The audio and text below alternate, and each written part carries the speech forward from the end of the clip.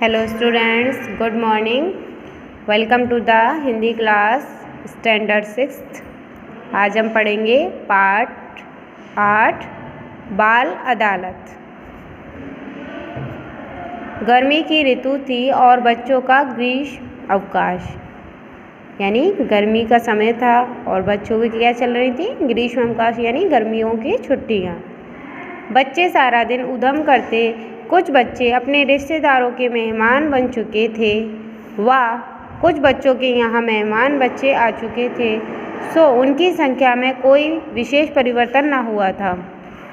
Colony में एक युवा शिक्षक रहते थे, आनंद प्रकाश। उनके मन में विचार उठा कि कुछ ऐसा किया जाए कि बालकों की ऊर्जा सही कार्यों में लगे, ऐसा कर्म जिसमें उन्हें आनंद भी आए, उनका मन लगा रहे, चरित्र पर सकारात्मक प्रभाव पड़े व जीवन के लिए अच्छा संदेश मिले।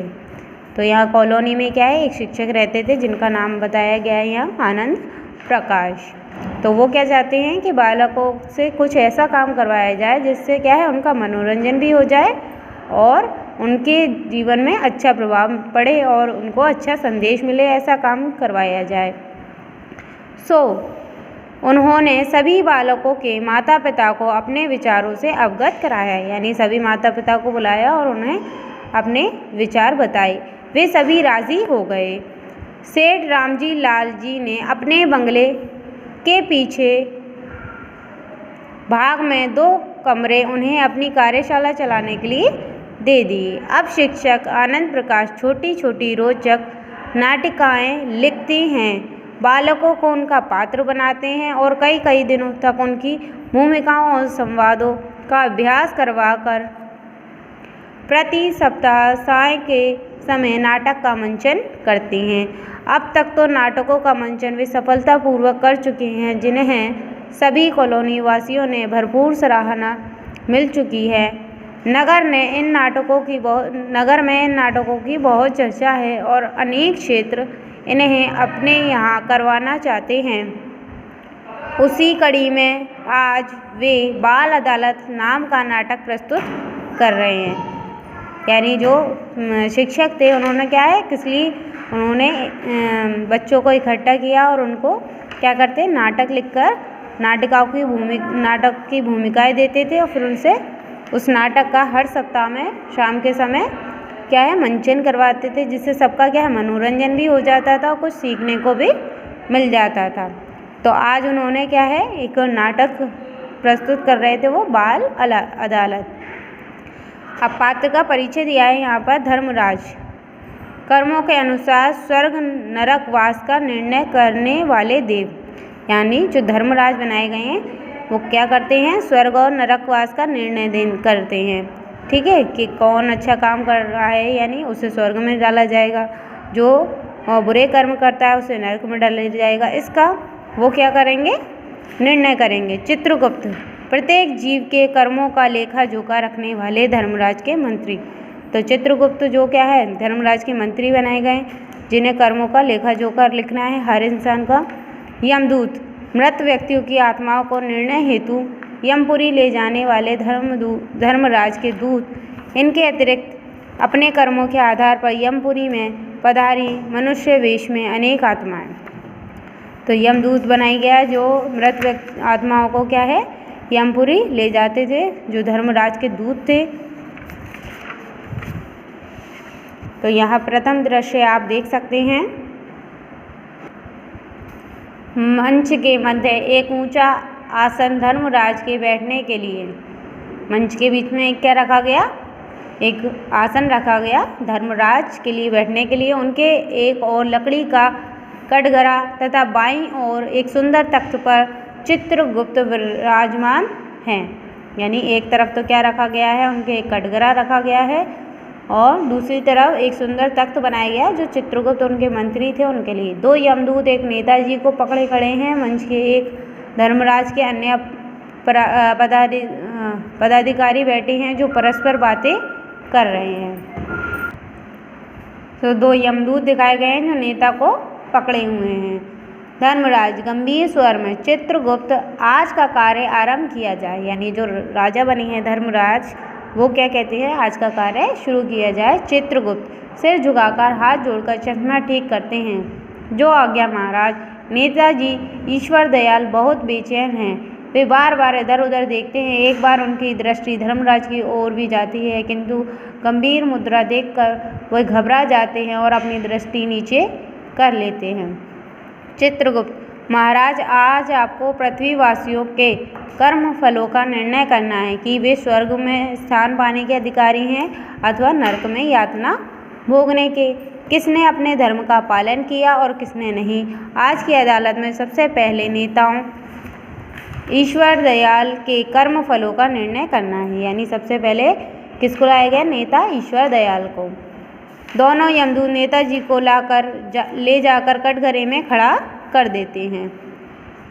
धर्मराज, नेताजी, हमारे पास सभी पृथ्वीवासियों के कर्मों का विवरण है, फिर भी आप अपने मुख से अपना परिचय देने का कष्ट करें। यानी धर्मराज ने कहा कि हमारे पास आपके सभी कर्मों का लेखा जोखा है, लेकिन फिर भी आप क्या है, अपने मुख से अपने बारे में बताएं। नेताजी विनम्र स्वर में हाथ जोड़कर, प्रभु, मैंने जीवन भर सत्य और अहिंसा का पालन किया तथा पृथ्वीवासियों की सेवा की। मेरी सेवा के कारण भूलोकवासियों ने मुझे बार बार चुनाव जितवाए।